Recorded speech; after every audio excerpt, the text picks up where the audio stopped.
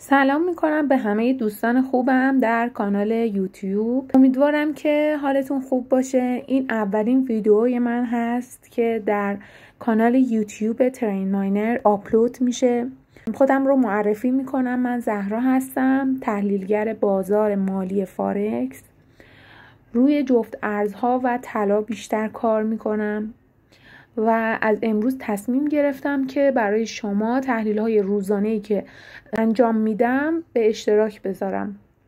هدفم از این که ویدیوهای تحلیل رو میخوام هر روز آپلود کنم این هست که دوستانی که علاقه‌مند هستن بتونن یاد بگیرن و خودشون بعد از مدتی میتونن تحلیل کنن و ترید کنن. من تحلیل‌هایی رو هر روز آپلود میکنم که خودم با اونها ترید میکنم. نقطه ورود، استاپ و TP رو مشخص میکنم. به صورت تصویر در کانال تلگرامم روزانه درج میکنم و اونجا شما میتونید نقطه ورود، استاپ و TP رو داشته باشید.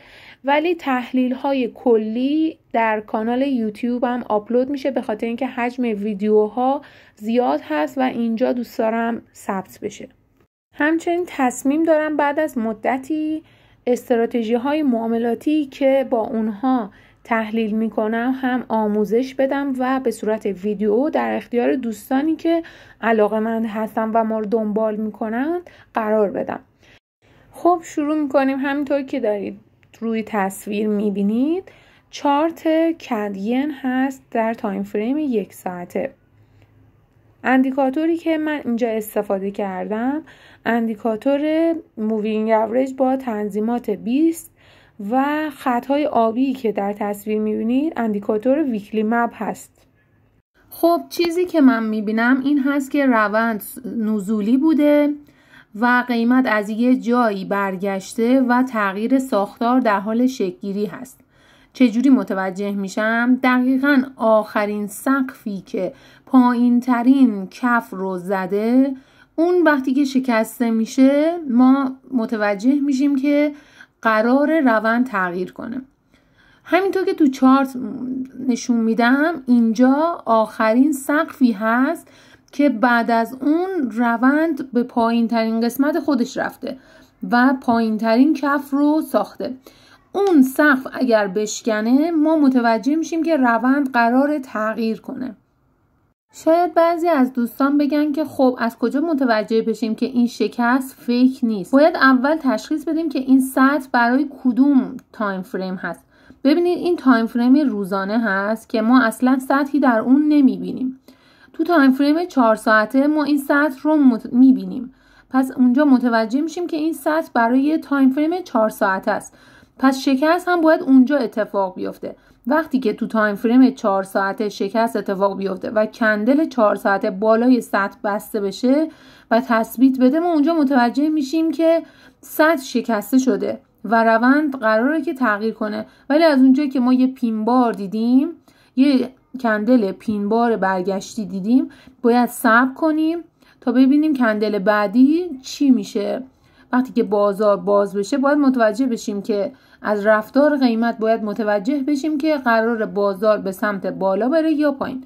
اگر قیمت در بالای سطح تثبیت بشه در تایم فریم پایینتر منتظر نقطه برای ورود میگردیم، یعنی در واقع دنبال تاییدیه برای ورود هستیم. خب ما دو مدل ورود داریم. یک ورود در تایم فریم 1 ساعته هست که وقتی قیمت سطح رو میشکنه و حرکت پولبکی میبینیم اونجا میتونیم وارد بشیم. یک نوع ورود هم در تایم پایینتر در تایم فریم 5 دقیقه یا 15 دقیقه از اونجا وارد میشیم و استاپ و TP رو ست میکنیم.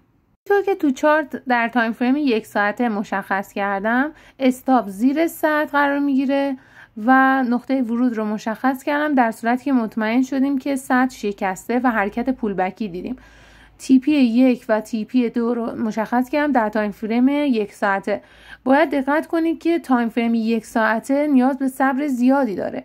همونطور که میدونید قرار نیست یک با یک یا دو کندل TP 1 یا 2 رو ببینه. برای اینکه استاپ کوچکتری داشته باشیم، بعد از اینکه تحلیل خودمون رو انجام دادیم، برای اینکه ورود کنیم به معامله میتونیم در تایم فریم 5 دقیقه دنبال تریگر برای ورود بگردیم. اون موقع هم استاپ کوچکتری داریم، هم زودتر به TP میرسه و معاملمون در 1 روز بسته میشه.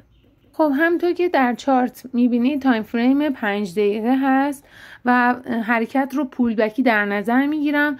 خب این معامله وقتی اعتبار داره که قیمت در لایو بازار ما بتونیم ببینیم حرکت به چه صورت هست، ولی اگر دیدید که این پولبک هست و 50% پولبک قیمت بالا رفته، در اون صورت میتونید تریگر بگیرید برای ورود.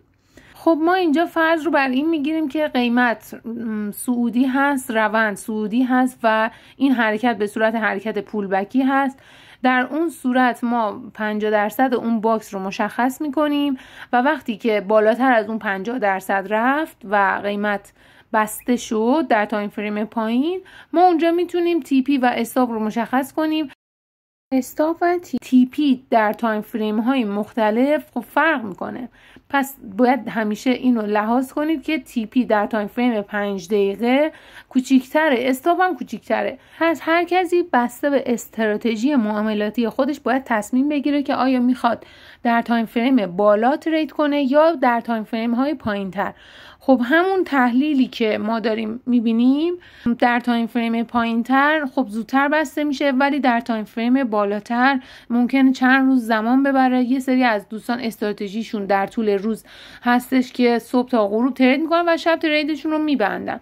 یه سری از دوستان هم چند روز اگه تریدشون باز بشه این استراتژی رو میپذیرن و مشکلی ندارن. بسته به اون حالات افراد این استراتژی ها در افراد مختلف خب فرق میکنه. من خودم سعی میکنم در طول روز هر معامله‌ای که داشته باشم شب معاملاتم رو ببندم و با خیال راحت اون شب رو استراحت کنم و هی چارت رو چک نکنم. خب امیدوارم که توضیحاتم برای شما مفید بوده باشه. امیدوارم از این ویدیو خوشتون اومده باشه. در صورت که این ویدیو رو دوست داشتید ممنون میشم که لایک کنید و این ویدیو رو برای دوستانتون بفرستید. سعی میکنم هر روز، حالا اگر هر روز نشه هفته 2 تا 3 تا ویدیو تحلیلی بذارم. از بین این ویدیوها نکاتی رو بگم که به دردتون میخوره برای ترید. ممنونم که تا انتهای ویدیو با من همراه بودید.